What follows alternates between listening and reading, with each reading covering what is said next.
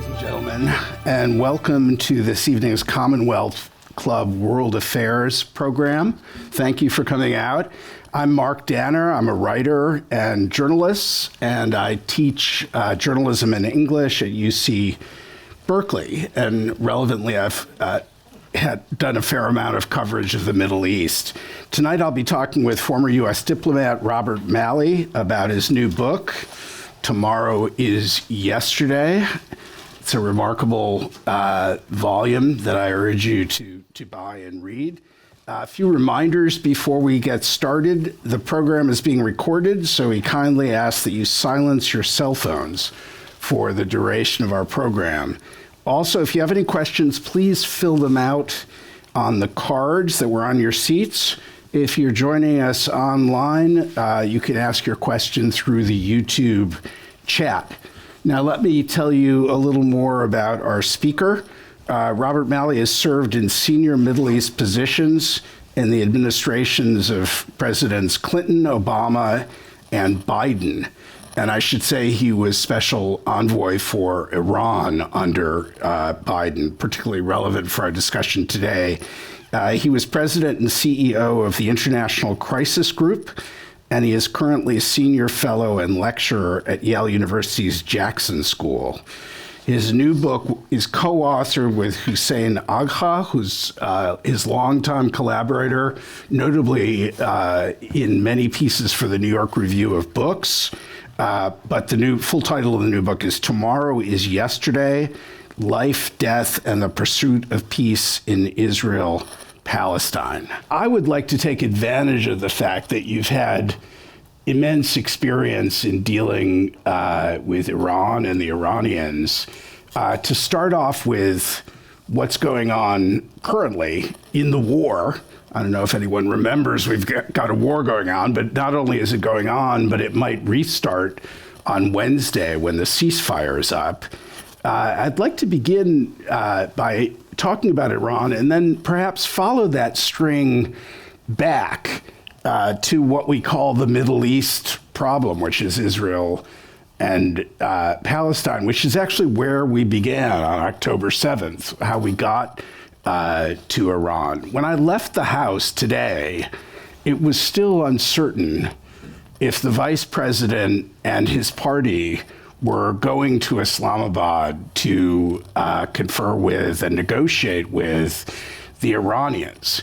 I find as we get closer to the ceasefire ending, things seem to get more and more confusing. I wonder if you could kind of lay out the situation as you see it at this point in the conflict. First, thanks for all of you. Thanks to the Commonwealth Club. It's great to be here. It's very hard to summarize where we are today for a reason that it won't escape anyone here. Is we have sort of an impresario who, if he knows what he's doing, he's not really letting us in on his secret, because it seems like every day is a new objective, is a new plan, is a new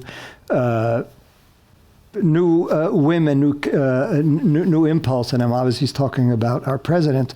So it is very hard to sum up where we are today. But I do think a few things should be clear. Number one, this war never should have started. It was unlawful. It's unlawful for domestic reasons, but that many presidents, unfortunately, including some that I've served, have ignored the letter of the law and declared war without referring to Congress. It's unlawful internationally. There's absolutely no basis for the war. It was unjustified. It was unnecessary. None of the arguments that have been made for this war hold any water. I'm always open to people pushing back, but I think that's, for me, very few things in life are incontrovertible. That's one of them. It's a war that is not just unjustified, unnecessary, illegal. It's one that is having huge consequences. People here could complain about the price of gas and the stock market. We'll get over that, most of us, I think. The consequences for the Iranian people, not so much. They already had to suffer from a leadership that has had their interests at the very bottom of their list of priorities, but now a war that is, I'm just quoting the president, that's going after bridges and infrastructure and the petrochemical industry and their aluminum and their steel factories.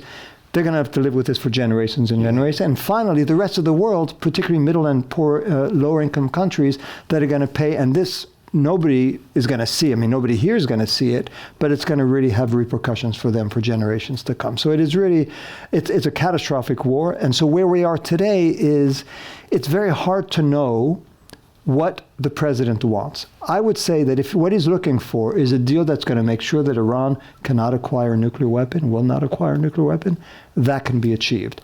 I would argue that it was achieved in 2015. I was part of the team that, with Secretary Kerry, Wendy Sherman, under the leadership of President Obama, negotiated a deal. Again, I'm prepared to hear people pushing back on the merits of the deal, but it took care of the nuclear problem for at least a period of 12 to 15 years. We're much worse off as a result of the president's tearing up the deal and then going to war. But I do think that if his goal was to reach a deal that would address that problem, it was doable. Mm-hmm. If his goal is to reach a deal that's going to open the Strait of Hormuz, which, by the way, was not closed before the war was launched, I think he could reach that too. But we just don't know what he's looking for. And so I'm not writing a brief for the Iranian side, but the reason it's so hard to answer the question is, imagine any one of you sitting on the other side of the table with Vice President Vance, Steve Witkoff, and Jared Kushner. Number one, you're not sure what you're negotiating about because it seems to change every day. Is it just about the nuclear? Are there missiles? Are there drones? Is it Iran's support for its regional allies? You don't know whether the people at the other end of the table know what the president wants, because twice before, during negotiations, President Trump decided to bomb Iran. And you don't know whether the person who they don't know what he thinks, whether he knows what he thinks, because the president himself seems to change his mind almost on an hourly basis. So we really are in a situation where, objectively, I think both sides have an acute interest in ending this war. Mm-hmm. I actually don't think President Trump wants to go on. It's not helping him politically. It's costing economically. He cares about the stock market. Stock market's going to suffer. I think he wants an exit. I think the Iranians want an exit, not by sacrificing core interests, but they want an exit because of the economic cost. They need relief from the destruction. They need sanctions relief. So objectively, one would say there is a zone of, as people say, a zone of potential agreement, but it's very hard to get there. You have the mistrust that existed before President Trump because of the history of relations between the two countries, and that's been compounded to the nth degree because of everything the president has done to convince the other side that he's unreliable. It seems an irony of the present situation that the previous agreement, which, as you point out, accomplished a major one of his goals, could be the enemy of achieving an agreement now. That is, he needs to achieve something that people will say is dramatically better than what Obama achieved. If you saw that over the weekend with this mentioning of a 20-year period. They want a 20-year period when they won't enrich. And of course, in the agreement, it was 15 years. I'm going to interrupt you here because I want to give credit where credit is due. If the president achieves even 5 years of no enrichment, that's more than, because the Iran deal, the Iran deal of 2015, Iran could always enrich, but just at low levels. So if Iran had not agreed to suspend enrichment, I'd be the first, and I've said this publicly, if the president can achieve that, I would say that part of the deal at least is stronger than the one that Obama negotiated. Would that justify the war, the destruction, what it's done to Iranians, what it's done to people around the world? Absolutely not. But I do think if what he's looking for is a deal where people could stand up and say, oh, it's better than the JCPOA, I'll do it if that's what it takes to end the war. It is remarkable when you look at what's been published, including you and I were talking earlier about the New York Times excerpt of the Maggie Haberman, Jonathan Swan book, that the decision to start this war seems to have been as lackadaisical and casual as it seems. That is, that Netanyahu simply gave a presentation. The U.S. intelligence community said that half of what he said was, as Marco Rubio summarized, but the president still decided to go along and no one was willing to question him. Yeah, I mean, again, I don't know the president, so I can't claim that and I don't have a degree in psychology, so I don't want to claim that I could understand what went through his mind. But I think reading all the reporting, there is a narrative that makes, to me, sense. Here's a person who was emboldened by what he sees as a series of dramatic successes against the prediction of many experts. And you could go back to his first term when he moved the embassy, to bring it back to the topic of the book, he moved the embassy to Jerusalem. When he killed Qasem Soleimani, the head of the Iranian Quds Force. When he, later in the second term, when he bombed the Iran nuclear facilities. When he kidnapped President Maduro of Venezuela. In all these instances, I know, because I know the people who made the claim, and I know some people in the intelligence community were warning the president, these could turn out to be very dangerous. If you're somebody who tends to be already skeptical about experts and who thinks that your judgment is superior to theirs, and you have these series of events where, you know what, it turned out better than the experts predicted, because experts are always there to say, here's a worst case scenario, you feel emboldened. You feel a bit, I don't want to say drunk, but drunk with success about, I can do no wrong. And I'm a president now, it's his second term. I believe he's not going to run again. I don't believe those who claim otherwise. He's his last term. His eyes are not on re-election. His eyes are on history. And he thinks I could be the man who will I'd be the president who will have solved problems that have plagued America for decades. And, Republicans and Democrats have complained about Iran forever, but who will change the orientation, not of one, not of two, but of three regimes, from the anti-American to the pro-American camp. He did it with Venezuela yesterday. He believes he'll do it with Iran today. He's convinced he'll do it with Cuba tomorrow. Mm-hmm. So I think that was where he was. This is my chance to get this done. The regime is weakened. It had to kill 10, maybe more thousand of its people to stay in power. I could give it a shove. At a minimum, they're going to come begging for a better deal. Maybe the regime will be out. I think Prime Minister Netanyahu played a role, but he was pushing on a semi-open door, and he knew how to play to that part of the president that wanted to hear that. So for me, this is President Trump's war. It's not Prime Minister Netanyahu's war. And then as for the people in his cabinet, those who knew better, and I suspect J.D. Vance, for example, knew better. I don't know about others, but every indication I have is that he was very worried about this war. Do you really say no? I mean, I've served 3 presidents. It's not easy to say no to a president, right? I mean, you always feel a bit like you're gonna get chastised for that. Do you say no to this president, who believes that he has absolute power to decide whether it's going to rain or there's going to be sunshine? So I think what they did, and again, the reporting that you suggested confirms what I had assumed, is that they said those who were skeptical would raise a question. They'd say, there's these problems, this may happen, but Mr. President, because they want to be on his right side, you are the greatest leader in the world with the strongest military on the planet. If you want to do it, you'll succeed. And the president is inclined to dismiss the first part of the sentence and grab the second. Mm-hmm. Is there a chance that his larger assumption could be right? That is, that there's a degree of caution built into the expertise within the government surrounding the use of American power, and that, in fact, if we weren't so cautious, some of these longer-term problems could be solved? So I'm going to try to answer that honestly. On the one hand, liberally provocative. Absolutely. On the one hand, I do think it's the role. It's ingrained in experts, analysts, to think about the worst-case scenario, because you're not going to be. Put yourself in their shoes. If you say the sky's going to fall and the sky doesn't fall, nobody's going to be mad at you. You're happy the sky didn't fall. If you say the sky won't fall and it does fall, then people are going to say, well, why didn't you tell me that, we risked nuclear Armageddon or whatever. So there is a premium, and I quickly learned in my time in government back in the 90s under President Clinton, because I was surprised when my boss was always saying the worst thing was going to happen. He was always a pessimist, because you only remember the person who was the optimist when he was wrong. You don't really remember the pessimist when he was wrong or they were wrong. So I think there's that. I do agree with that. And I also think, yes, I plead guilty that I always advocated caution when it came to the use of force in the Middle East, because I have a lot of skepticism about the utility and the effectiveness of the use of force. Does that mean that sometimes I thought the consequences would be worse than they would be? Yeah, absolutely. Do I think that means that, in fact, the U.S. should have used force more often than it did?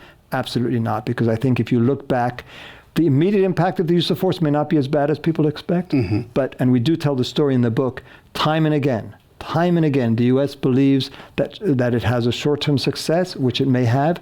The long-term, it backfires. Think of Afghanistan, think of Iraq, think of Iran itself with the coup against Mossadegh in 1953.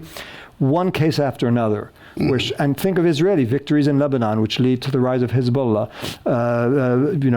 trying to contain the Palestinians. You give rise to Hamas. I mean, there's case after case after case where short-term victories give rise to long-term, maybe they're not defeats, but major setbacks and major problems, and the Middle East is chock full of them. So I agree, I take your premise, I understand it. I don't think I would agree with the conclusion. I'm not saying it was your conclusion, but I don't agree with the implication that therefore the U.S. should be less cautious with the use of force. I think it has had one disastrous consequence after another. Just to continue my provocation for 1 second, are we being almost apocalyptic in how we think in a way that we want to solve, and this relates to your book, that we want to solve problems once and for all? I mean, if I was an old CIA guy who was involved in 1953 overthrowing Mossadegh,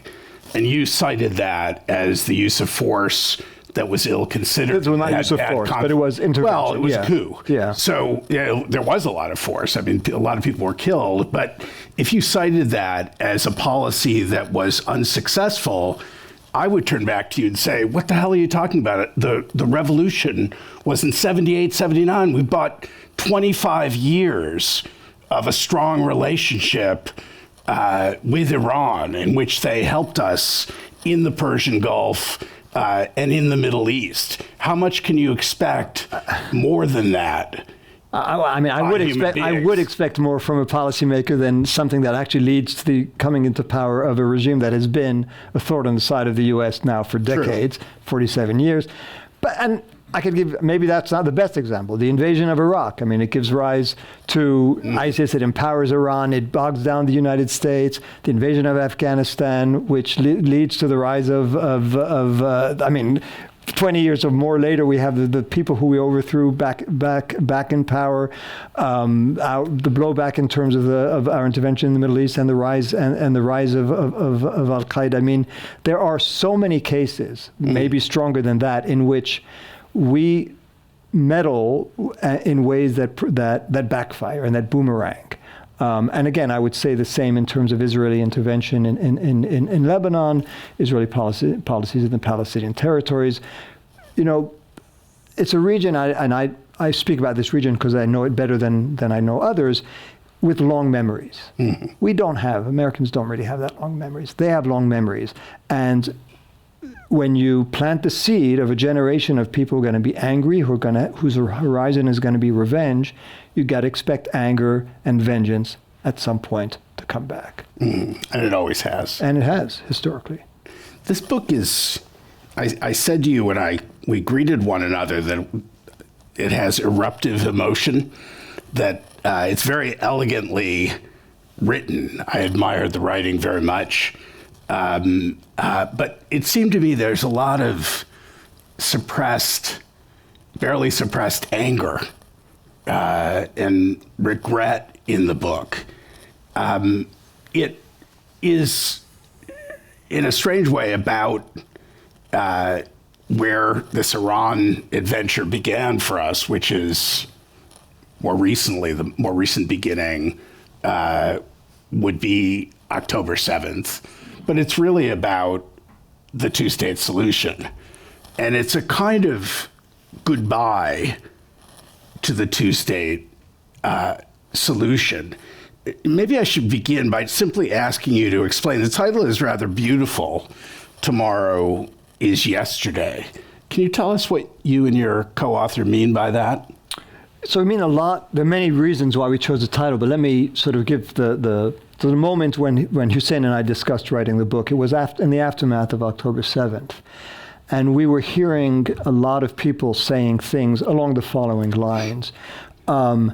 This was, and October 7th and obviously the war that followed, that these were crazy Islamists, fanatics who were trying to disrupt whatever process they were trying to disrupt. Or it was, and the war that followed was the war of a bunch of extremists, Netanyahu, Ben-Gvir, Smotrich, the extreme right wing in Israel, as if both the action of October 7th and the war that Israel waged in its aftermath, as if these were aberrations, ruptures from the past, sort of anomalies. And our view was these were quintessential expressions of, in magnified form, intensified form, reenactments of the struggle between Israelis and Palestinians. So this was not an anomaly, it was a reenactment, it was a resurgence of the past. And when you look at we looked at where the Israelis and Palestinians were after the aftermath of all of that, and it's very reminiscent of where they were decades ago, without a common vision of where they were headed, with the Palestinians completely amiss, adrift, lost, leaderless, wanderless, almost a second Nakba, if you will. Israel, which had felt threatened in its existence and responds in ways that are with overwhelming force, but doesn't really know what to do with its victory. With all the same, if you go back, even the words that were used in the wake of all this, I said Nakba, genocide, Holocaust, pogroms, all the words are coming back to us from the past. And partly, and so what we tried to say with the title is, what's happening now is not new. It's evidence that things have simply not changed that much. And the sub-theme is the 30 years or so of the Oslo process, in which both Hussein and I participated in different ways. I was part of the Clinton and Obama team working on Israel-Palestine. Hussein was an unofficial advisor to the Palestinians for much longer than I was working on the American side. So that period in which we had both participated, it vanished into thin air, as if it meant nothing, right? I mean, what about all the peace process working for a two-state solution? We're back to the most essential, visceral conflict between two national movements. And that is yesterday. And then there's a chapter in the book where we go through a lot of the other themes that you could, even again, some of the trends you're seeing on the Israeli side, on the Palestinian side, on the Arab side, they really are reminders of things that speak to us from a past that is just not that far away. I think, I don't want to speak for many in the audience, but if you followed this issue closely, you want to lean forward and say, well, wait a minute. We were so close. You were so close. There were these moments at Camp David, after Camp David, later with Secretary Kerry, all of these moments in which this whole conflict was reduced to a handful of issues. And the matter separating the parties on this handful of issues was very, very small. So was that all an illusion? Or are you simply saying that was the moment to get there, we didn't get there, and now we're plunged into the past? Both, if that's possible. In the following way. First of all, this notion that we were that close, hogwash, right? I mean, Camp David, we were never close. And I was there, and there were moments when you're so close to an event, you don't see the distances between the parties. You need to take a step back. As we say in the book, and as we wrote a year after Camp David, on none of the issues were the parties close. They weren't close in terms of the borders. There was no map shown at Camp David. They hadn't barely scratched the surface of the question of refugees. They still hadn't agreed on Jerusalem. They didn't agree on security. So what had they agreed on? So at some level, I would say they were never that close. Now, the real question to me is whether it was even possible at some point to reach a two-state solution. And I believe, and it's a bit, again, what I'm going to say is contradictory, that, with a different U.S. policy, with different circumstances, it may have been possible to press the parties and push them and get them into a point where they really didn't have that much of a choice. But the two-state solution, again, one of the themes of the book, was never the natural landing place of either the Zionist movement or the Palestinian national movement. It was forced upon them, and again, maybe with the right forms of coercion and pressure, you could get them there. How long it would have lasted, how authentic it would have been, that's a different question. But in some ways, the main flaw of the approach to the peace process is that it misdiagnosed the problem. And it goes to the way you presented it, which I believed. So this is not a criticism of you, which is, it's just a matter of getting the percentage right. We haven't drawn the line in the West Bank in the right place. We haven't quite divided Jerusalem in the right way. We haven't found the right words to express how the refugees who are not going to return, but nonetheless their rights are going to be respected. We haven't found the right security arrangement that's going to make Israelis feel fully secure. As if it were a technical problem, sort of a sterile problem. You're in a laboratory, how do you fix it?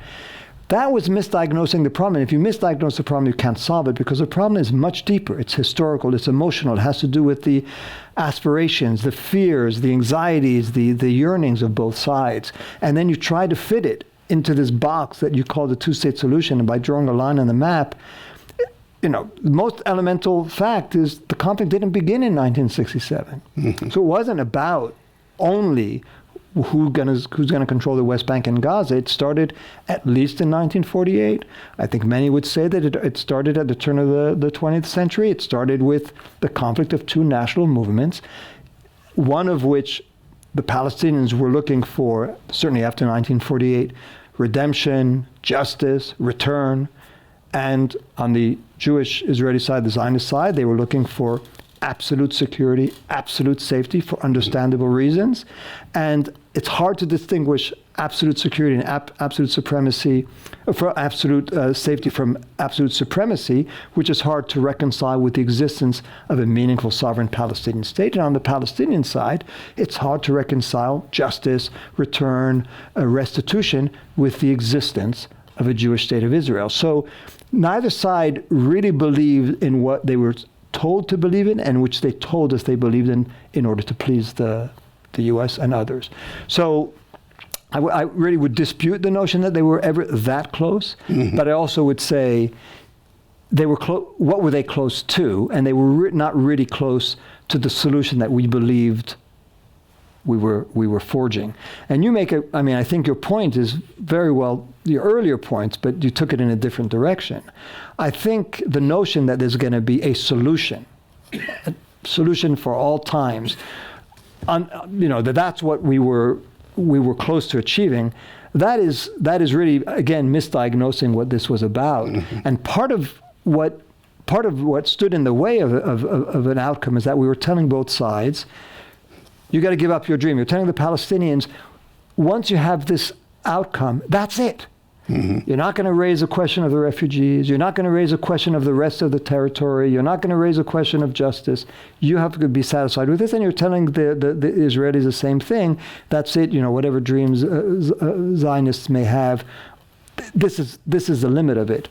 And we speak of an anecdote where one of my former colleagues traveled to Northern Ireland with some Israeli rabbis who never left Israel before. And they go to Northern Ireland, and when they leave, they don't say they believe there will be peace, but they said maybe there's a way to coexist with the Palestinians. That falls short of absolute peace, resolution of our conflict, end of claims. That was the moniker that we had used. Both sides, Catholics and Protestants, still retain their dream. That nobody told them that if they agreed to this, they have to give up their dream. And maybe the way for Israelis and Palestinians to coexist is to retain their dreams, find modes of coexistence that doesn't ask either one to give up what they hold dearest. And we don't offer a solution in the book, but that's one of the pathways, which is maybe you got to give up this notion of two ethno-national states that are going to live, and that's going to be the resolution of the conflict, because it doesn't answer so many of the questions that have animated their struggle for so long. And I'll end with this, if you ask many religious Israelis, Hebron matters much more to them than Tel Aviv. Yeah. And if you ask many Palestinians, they would say, you know, our struggle began and was born of the plight of the refugees. That's the Palestinian National Movement. Again, it didn't begin in 1967. It began well before. And all of the Palestinian leadership were Palestinian refugees for whom the struggle was about return. Yeah. I often tell people that if you want to understand the conflict, you should visit Hebron. Yeah. Which is a remarkable place. The other thing that occurs to me as you're talking is that, I think you point this out in the book, that many of those who threw themselves over the barrier on October 7th and did the killing, their families' original villages were right there. You know, they're all living within a few miles of the areas from which they were mostly expelled in 48. You know, you're very eloquent in the book about people's hopes and dreams and the things that animates them and gives them dignity. And I want to say, as you're talking, I mean, you're the diplomat, I'm not, but I want to say, well, isn't diplomacy one means of taking inchoate, irresolvable things like hopes and dreams and transforming those into real goods like territory that you can actually trade back and forth to reach a solution? I mean, one of the things I kept thinking as I read this book, and as I say, it's a very emotional book, I think, is that how do you get around the fact that if you're talking about the Palestinians' hopes and dreams of returning, of finding dignity, for example, through returning to those villages, how do you offer a solution short of returning to those villages? So, I mean, you raised a good question about diplomacy is a way of translating the inchoate, the amorphous into something tangible. But the problem is you need to recognize that the amorphous, intangible matters and respect it. And the best summary I had after Camp David, the American team, you know, pretty despondent, got together and wondered what went wrong. And one of the smartest members of the team was the lawyer Jonathan Schwartz. I don't know if you know him. Yes, we have somebody here who does. He said at the end of it, you know what our problem was? We didn't respect the issues enough. And that really stayed with me for the last 25 years. What he meant was we saw them as cards that you would trade. I mean, really, I mean, if you want the quintessential, the epitome of what not to do and how not to speak, it is President Trump. I mean, he really is a microcosm. We don't speak about him much in the book, but he really is a reflection of a vision of the world in which people have, it's just cards, right? You don't have cards, you have cards. I have cards, you don't have them. I could beat you into submission. So that's the exaggerated, inflated, you know, completely deformed way of thinking. But it is part of that. And what Jonathan Schwartz was telling us was, you got to respect the issues and hear how the parties themselves speak about them, and not think that, yeah, okay, they say they want the right of return. They don't really mean it. So why don't we say, here's a good gimmick. We're going to say they could return to the state of Palestine, even though they can't. I mean, they could go to the state of Palestine, but of course they could if there's a sovereign state of Palestine. But that's not what they feel. That is not redressing the harm that they think they've suffered. Now, we don't offer a blueprint. There's some people who have these ideas, which we at least mention, of a coexistence between Israel and each side would have sort of something that is resembling a state, but with much more porous borders, so that settlers could live in parts of the West Bank, and refugees could live in parts of Israel, and you could have, you know, it doesn't mean that they could have the nationality and the citizenship of their respective states, but the notion of territories would be much more elastic. Very hard to imagine at any point, very hard to imagine after October 7th. But again, one of the messages of our book, and again, you asked the title Tomorrow's Yesterday, how did even the two-state solution come about? It was not it wasn't an indigenous feeling of either side. It came from overseas, from abroad, but also you had courageous Israelis and Palestinians against the wishes often of their leaders who got together and explored creative ideas. And what we say is that has to come back again. You need to have Israelis and Palestinians, because it's their conflict after all, who are going to explore together means of coexistence.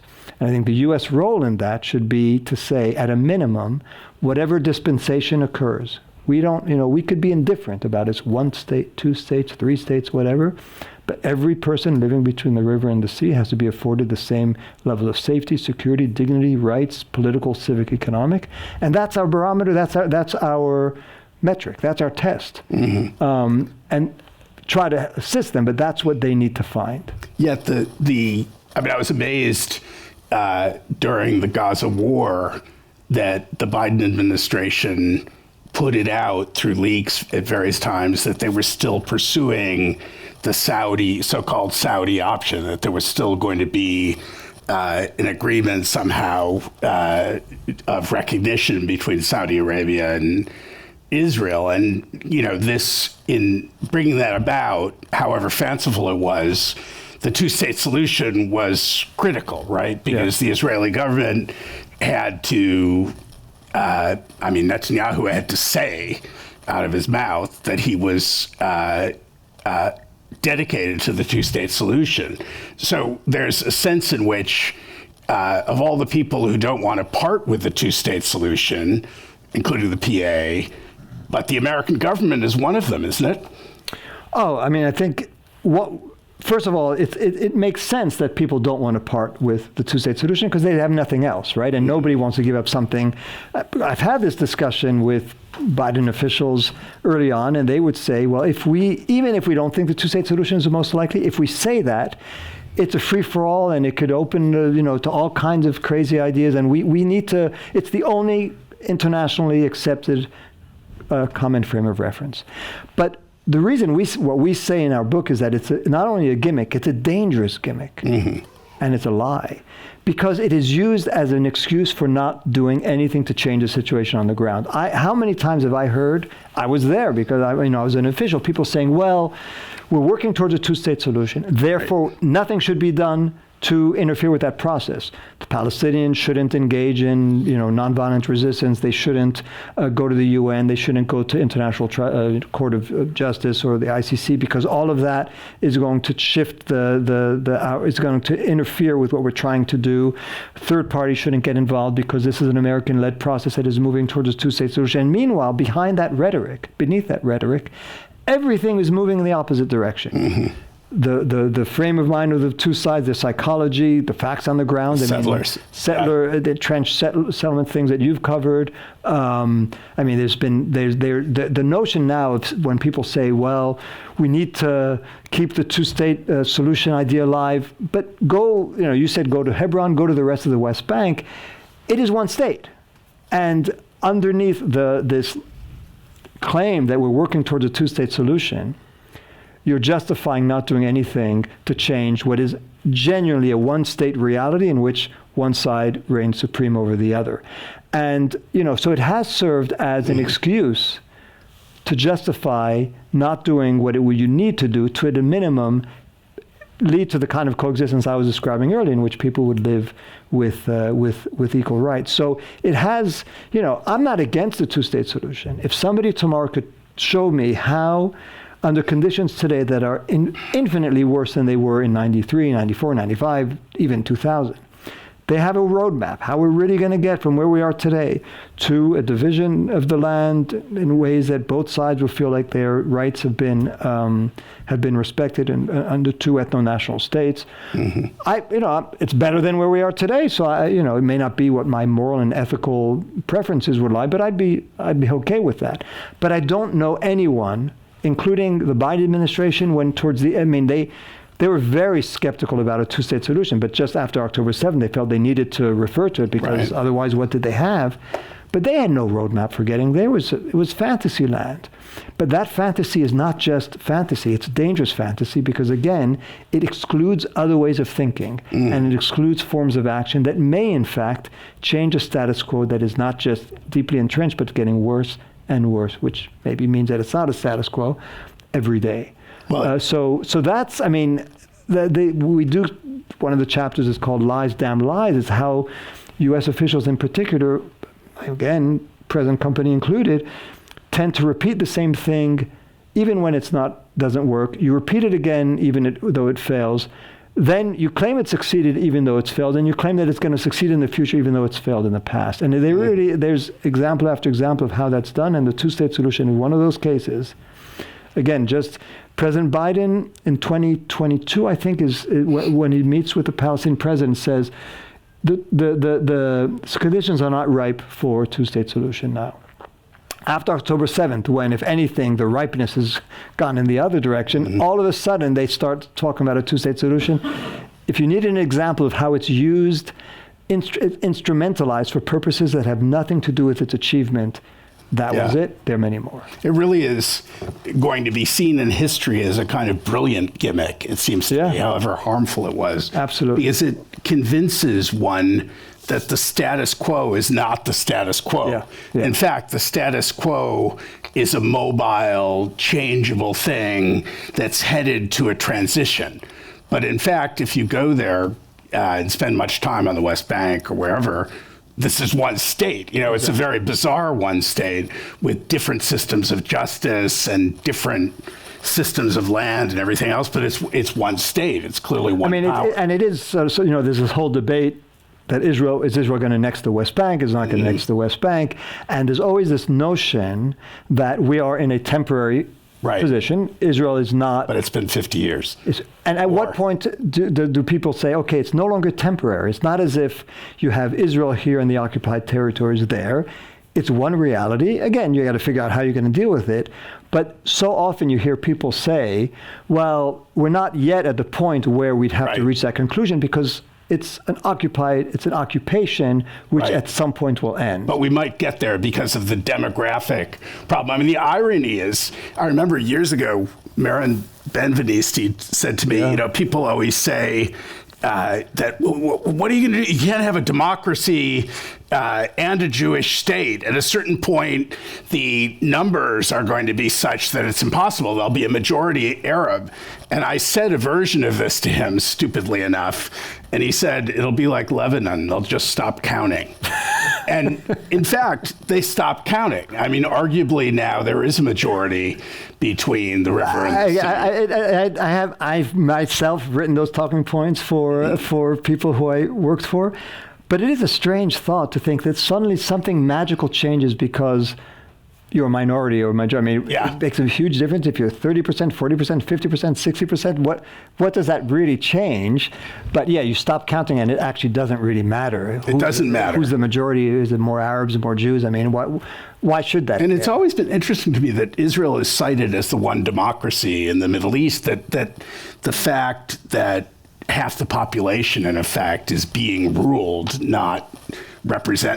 that doesn't have representative institutions. So that argument works as long as you believe the occupation is a temporary feature. Exactly.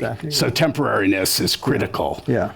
But, the other, you mentioned in the book quite briefly, federalism, confederalism, the idea of two states with the same territory, which I found fascinating. But it seems that for any of those things to eventually happen, there has to be a focus that returns to what you said a few minutes ago. That is that everyone within the state has to have equal civil and political rights. And until that becomes a kind of focus, not only of international policy, but of Palestinian and Israeli policy, it seems to me it's unlikely. I mean, we're evolving in the opposite direction as we speak. And, just to go back to the harm of the two-state solution, one of the things it's created is a Palestinian Authority that is, by definition, owes its existence to the two-state solution. So they have owes its existence to the status quo and cannot survive without Israel. Right. But they have no interest in essentially campaigning on whatever happens, we need equal rights, period, which is obviously a political position that Americans can certainly identify with. Yeah, I mean, so this points to there's several things in what you just said that I think are all really important. First is there is sort of a you get questions here. Thank There's you. sort of a concert of entities that benefit from the status quo, even though they won't admit it.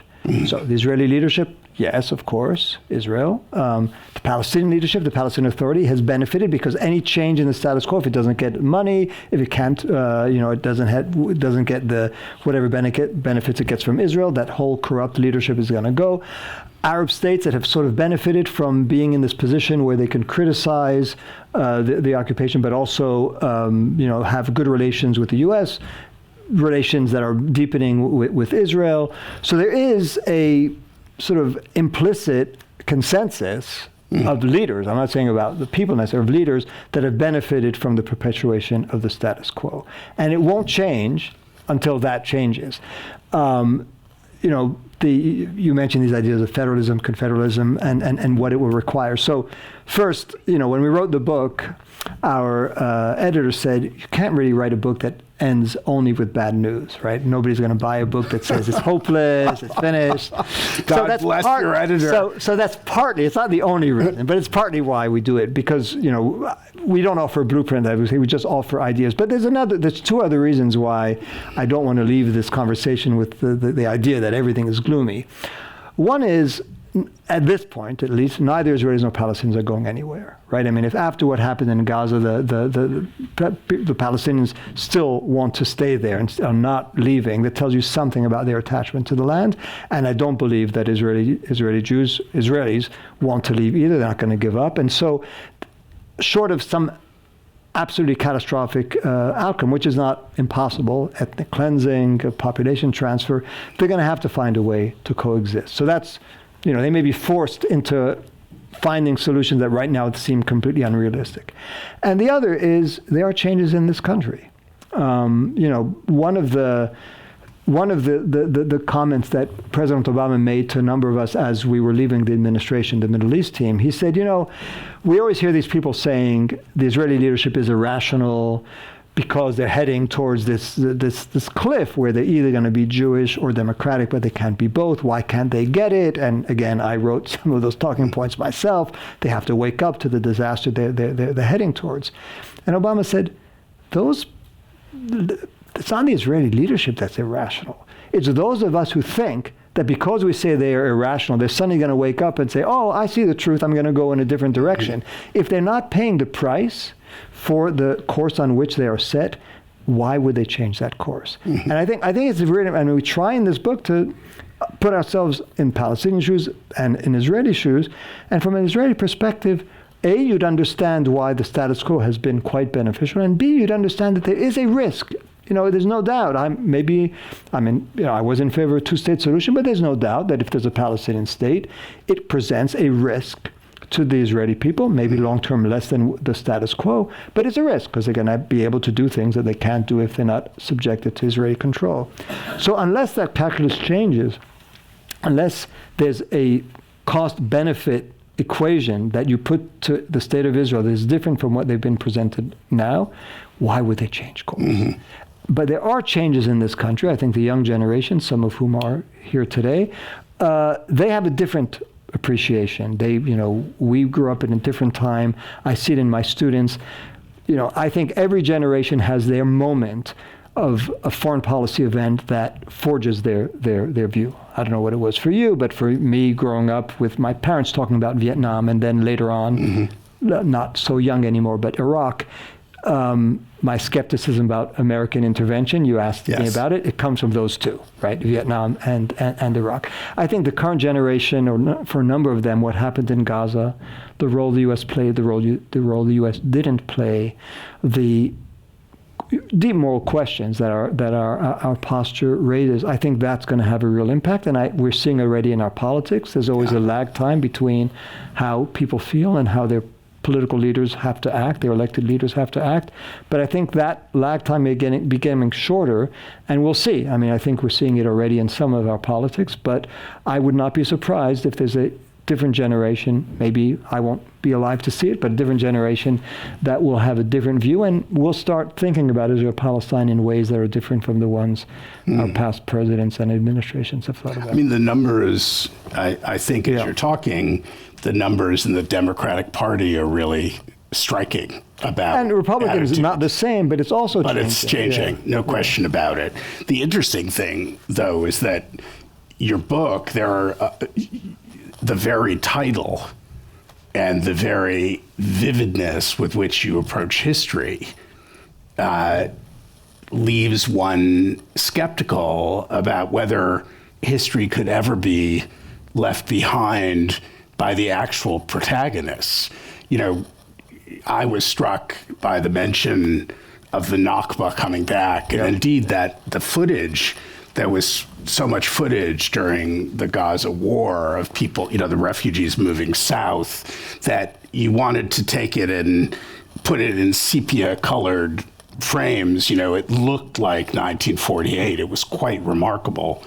And at the same time, many in Israel, I think, were returned to World War II and returned to this notion of paralysis and being killed while they're paralyzed and can do nothing about it. So it seems that, you know, the book argues so eloquently that history, and I was going to say returned, but that it never left. And the question, when you're talking about the terms of debate changing, you're partly talking about leaving history behind. No, Well, I mean, you're not going to. No, I actually think, I'm hoping that whatever generation, whenever the generation I'm talking about comes about, they will have a better understanding of history. I think that the administrations I served, we tried to sweep history under the carpet. It didn't matter. I mean, it's, you know, just a few, it just takes a few examples, and I don't have to bore you with them, but they're in the book, but about how the U.S. understanding of what it meant to be a Palestinian. And I say this, I'm not claiming that we understood what it meant to be an Israeli, but I think there was greater understanding, empathy, affiliation with Israel and with the Jewish people, much less so with the Palestinians. And so I think for many American politicians, they didn't understand what it meant, what the word compromise and what it meant for Palestinians to compromise. So, for example, if you understand Palestinian history, you know that the historic decision in the late 1980s of the Palestine Liberation Organization to accept a state on 22% of historic Palestine on the West Bank and Gaza and East Jerusalem. I mean, when that was presented to American the Americans who were in charge, did they view that as a concession or a compromise? They thought that was, if anything, it would be an Israeli concession and a compromise to agree to Palestinian state on 100% of the land that they occupied in 1967. So at least having an understanding of why for a Palestinian what you may believe goes without saying. And again, so at one point, President Clinton tells, I do want to mention this episode, he tells President Arafat, you've been at Camp David for 2 weeks, you haven't made a single concession. And Arafat says, well, what do you mean, no concession? We said that all of the Jewish, he called it settlements, Israelis call them neighborhoods, in East Jerusalem could be annexed by Israel and be part of the state of Israel. We would need, you know, some compensation. And the president turned to him and said, how is that a concession? Of course they would be part of Israel. Now, I'm not taking a side on who's right or wrong, but the fact that we wouldn't be as attuned, empathetic, understanding that from a Palestinian point of view, saying that parts of East Jerusalem would be under Israeli sovereignty, that we would agree, that Palestinians would agree to a territorial swap, but on equal terms, equal land of equal size and value was the Palestinian way they phrased it. If you don't know where they're coming from, you don't know why that is a meaningful compromise, and that it actually would be controversial on the Palestinian side to take that step. So I'm hoping that history will make a comeback in terms of the understanding of history and the understanding of the past and the appreciation of the past in its full reality, not just for one side, but for both sides. So yeah, I don't think we could ignore history, and I hope future diplomats won't. I mean, it is fascinating, the analysis that you give of Camp David, in which you essentially say that the Palestinians, and Arafat in particular, who's a very intriguing figure in this book, as he is in many others, felt that by being there, they had made the concessions already, that they had essentially said, we are settling for 22%. Yeah. And the entire framing of the summit was about further concessions. Yeah. But it seems hard to believe that others didn't realize that. That's not a very subtle. Yeah, but it's not just realizing it; it's feeling it. It's right. I mean, and understanding. I mean, I come from a different background, and so part of the book is about Hussein and myself. And I was an American official, and I did my best, I hope, to try to promote U.S. interests and to defend U.S. interests. But I came from a different background. My father was a sort of a marginal figure in every group that he belonged to. So he was Egyptian, but he was Jewish. That puts him in one minority camp. He was Jewish, but he was anti-Zionist and pro-Palestinian. That makes him another minority. He moves to the U.S. and he is very anti-American, denounces American policy, so much so that he leaves, starts in a magazine in France. And then he has a rare distinction, I believe. I don't know how many American journalists have had that experience, but he was expelled from France because he was so hostile to French foreign policy. So that's his background. The first person I met who was either Israeli or Palestinian is Yasser Arafat. So I'm not saying this, I'm just saying this to say that was my experience. The experience of the people who became very close friends, really people I think had huge hearts, tried to do the right thing, members of the American peace team. They had a very different background, right? I mean, most of them, I think, vast majority of them were Jewish. I am too, but they were Jewish, but they came from a background in which the history of Israel was what mattered more. And I'm sure the first person they met who was either Israeli or Palestinian was Israeli, who would tell them the stories that they needed to, they heard. So that's what I mean. It's not intellectually, you may know, yes, there are two sides, but in your guts, where are your sensitivities? What do you understand? And I think we all make an effort, but I know my biases. But everyone has them. And at the end of the day, it's very hard to put yourself in other people's shoes, but I think that's the only way you're going to get somewhere. One of the most interesting parts of the book, I thought, was the very artfully done introduction of the co-authors' respective histories. And perhaps you'd like to say a word about the background of Hussein. Yeah, and I think, we've had a tempestuous intellectual relationship where we disagree as often as we agree and we fight and everything. But I think what brought us together, why back in 2001, we decided to write the first article we wrote, and then we wrote about 20, mostly for the New York Review of Books. What we had in common was that sort of insider-outsider identity. I just described mine. Hussein was advising Palestinian leadership, but he's not Palestinian. He's Lebanese. He has a British passport. His parents were Iranian and Iraqi. He's a Shiite. Most Palestinians are not. He never wanted to join sort of any officialdom because he wanted to maintain his independence. His closest relations on the Israeli side happened to be on the Israeli right. We say in the book that he feels more in common, or he feels more honesty on the part of the Israeli right, because they say, yeah, we want all the land and you want all the land, and at least let's be honest about it. Now let's see what we could do. And he felt that the parts of the Israeli left tended to be, in his view, a little more duplicitous, in which they would act in ways that he felt were a bit dismissive, and their argument, which was we need two states because of the demographic threat, right, he viewed as the height of not just arrogance, but even with a tinge of racism. How can a people be a demographic threat? So his whole identity is unorthodox too, and I think that's what brought us together. That neither one of us fit completely in the camp in which we landed, but we felt enough solidarity with that camp to keep a foot in it. And so whenever I was not in government, we would write articles together. I have to ask a writer's or editor's question here, which is, how do you two, given your different points of view, work together to produce a book like this? So Hussein was once asked, and his answer was, he lies on the couch. I listen to him. Because he speaks a lot, and he has brilliant thoughts, and I listen, and we discuss it, then I write what I think is a version of where we both landed. He edits it, and in the end, it's not 100% me, it's not 100% him, but it's enough of both of us that we're comfortable with what's on the page.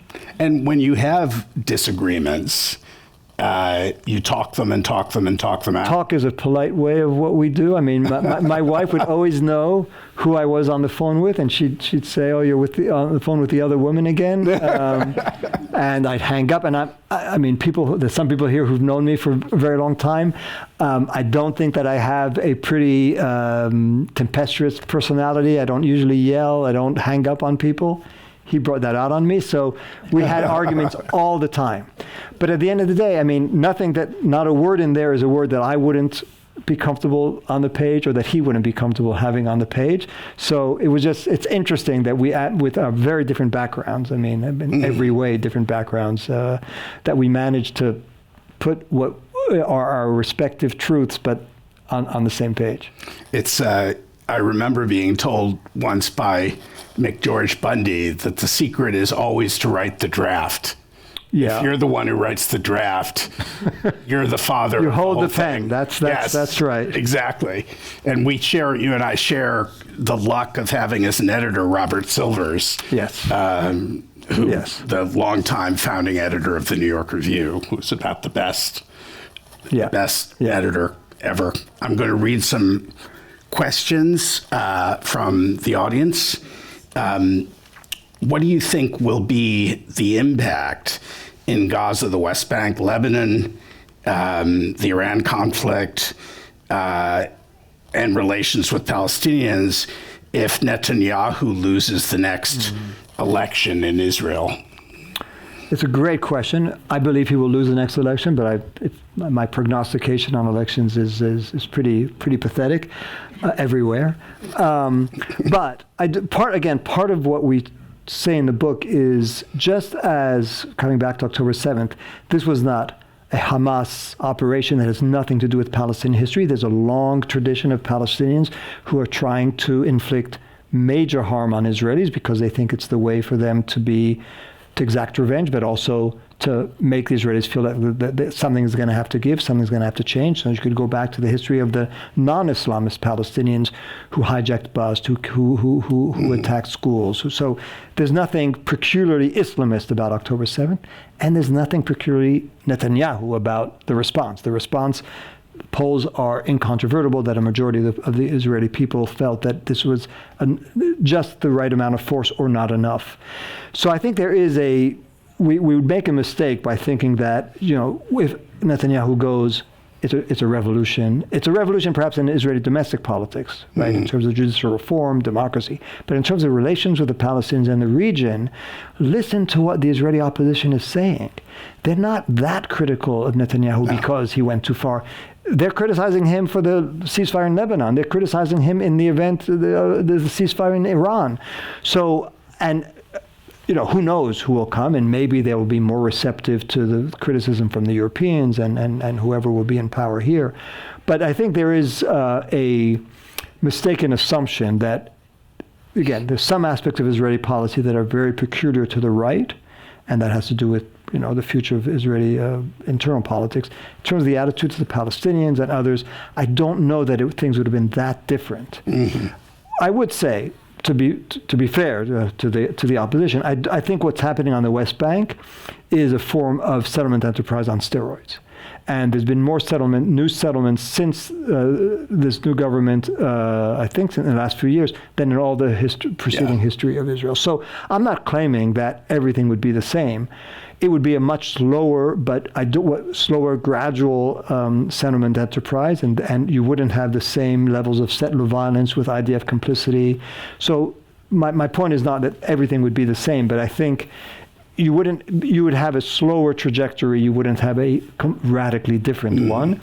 Again, short of changes in the kind of cost-benefit analysis that Israel has to make. If there's more pressure from the United States, more pressure from the rest of the world, then that could have an impact. But one thing I would warn my friends who are in the Democratic Party is, if you have a new government and Bennett and Lapid or some combination of Gantz or whatever, Eisenkot are in power in Israel, that shouldn't mean that American policymakers say, our job is done, now we could turn to something else. We dodged a bullet. Because the same condition, there've been governments from Labor, governments from Likud for the last X number of years. It's not a moment to say, well, now we finally have an Israeli government that is one with which we're comfortable, and so back to business as usual. Some lessons have to be learned from the past, and sometimes I fear that there'll be too quick a desire to go back to business as usual if Democrats are in power, rather than say we're grateful that it's not as bad as it was, but we have to make sure that it's much better than it has been in the past. Democrats really have been guilty of demonizing Netanyahu, Chuck Schumer, for example. 100%. It also bears repeating that when you go onto the West Bank and look at those settlements, they've been springing up, they've been being built the entire occupation. It's not like you got a Labor government and they stopped. They didn't. In fact, they began under Labor.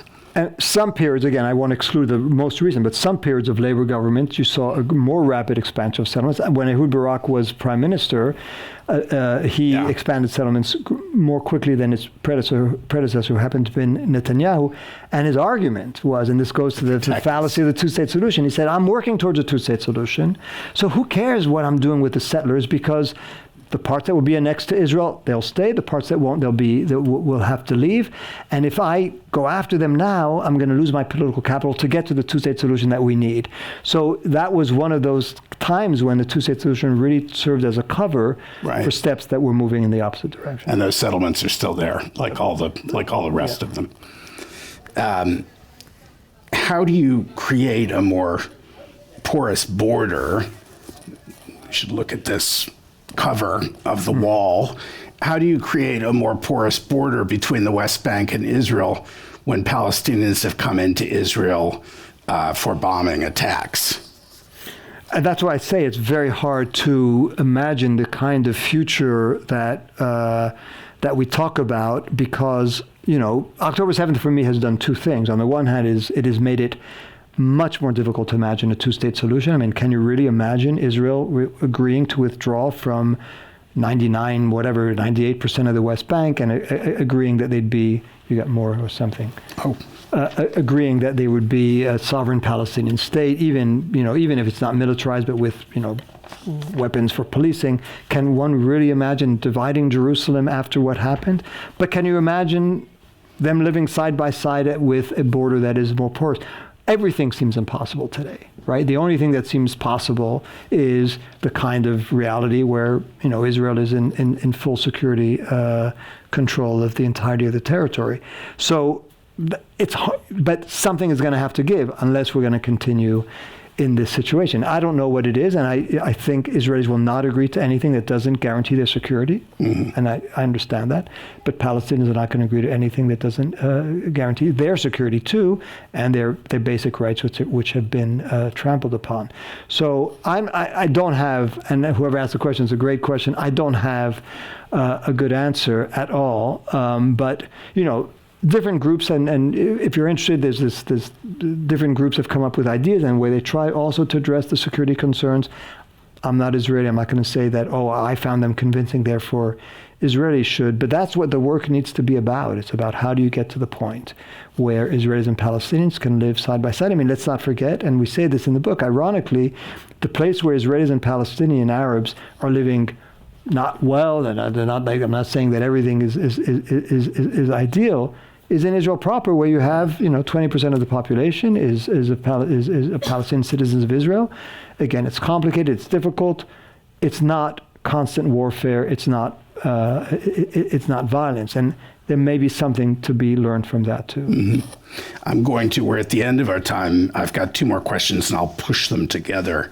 How prevalent is the torture and sexual abuse of Palestinian prisoners at prisons in Israel?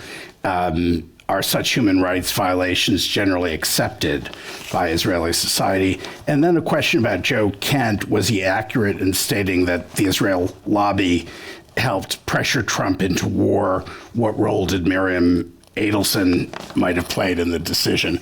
So two quite separate questions. Let me let me start with the last one, I tried to answer it earlier. I have no doubt that Prime Minister Netanyahu wanted President Trump to go to war. Mm-hmm. And, he's wanted it for decades. But and I almost feel like saying, so what, right? I mean, some people were telling President to go to war. Others, the Gulf countries, Arab countries, were telling him not to. He chose to listen to one, not to the other. That's on him. So, I think I wish that the Israeli Prime Minister hadn't given that advice. I think he played to the part of Trump that he knew would be receptive to that argument. And if, in fact, as was reported in the Times, some people were calling to quote them on what, then so he made these predictions that everything that the Iranian regime would fall right away. He was wrong. American officials knew he was wrong. President Trump decided to go in that direction anyway. So I don't know, Joe Kent. I suspect he's saying it partly because, he wants to make Trump be sort of he had the right ideas and others forced him into the wrong place. President Trump made the decision, and I'm not going to look for any other scapegoat, honestly. On the other question, I think, again, that there's a lot of reporting about it, reporting from Israelis as well. I didn't quite understand when they said, did the Israeli public accept it? I don't want to generalize. I assume a lot of Israelis don't want to listen, don't want to hear it, that's not something that, we all have this habit of trying to find the news that we like and ignoring the news that we find less agreeable. I assume there's some Israelis who may think, they deserve it given what they did to us. I don't know. Yeah. I can't answer that question. I do think that there's a lot more happening upon which light needs to be shed. We need to know exactly what happened October 7th, but we need to know what's happened in Israeli prisons because it's a story that deserves to be told. I have to ask you a very last but very short question because he's such a vivid figure as described in this book. I'm wondering what you think your father would think about this book. Boy, so he passed away, I think was implicit in the question. I don't know. I've been thinking about it because in the book I say that he must have been puzzled. He never quite said it to me, but maybe it was more projection that given his past, which I described, that his son would end up in the hallways of power on the side of the entity that he believed was guilty of the greatest crimes of any, right? So I think there was sort of puzzlement. Maybe, I'm not saying that he didn't feel some sense of satisfaction that his son had ended there, but also, what are you actually doing there? These are our enemies, right? So maybe he would have corrected me, and that's not how he felt, or maybe he would have confirmed it. It's a story, but I want to end with this because people have asked me, so what was the most surprising thing that came out of the book? I'll tell you the most surprising thing. I was giving a talk at the Jewish Community Center somewhere in Westchester, and at the end of the talk, as I will do here, I was signing some books, and a woman who was about 10 years older than me comes up at the very end and she says, "I've known you your entire life, and we never met." She was my first cousin. She was my first cousin. She was a daughter of my father's brother. And they were estranged. Wow. They were estranged because of politics, because of religion. They didn't have a different religion. My father was not religious. And I had never met her. And she said to me that, she grew up loving my father because my father had given her all these toys, but she wondered how I would feel about her because of the politics. I said, I don't care about the politics, and I don't know how my father would have felt. He did have this rift, which and I heard a lot of stories about the rift because I then have gotten to know some of the members of the family. So my father was a complicated person. Maybe he would have liked the book. Maybe he wouldn't have. I dedicate the book to my mother because she doesn't appear in the book, and I regret that. And I say about her, and I'll end with this, that she will find 1,000 reasons to disagree with it, and I will love every second of her disagreement. Our thanks to Robert Malley, co-author of Tomorrow is Yesterday, Life, Death, and the Pursuit of Peace in Israel-Palestine. He will now be signing books outside in the library. And for more information about membership or upcoming Commonwealth Club World Affairs programs, please visit commonwealthclub.org. I'm Mark Danner. Thank you and good evening.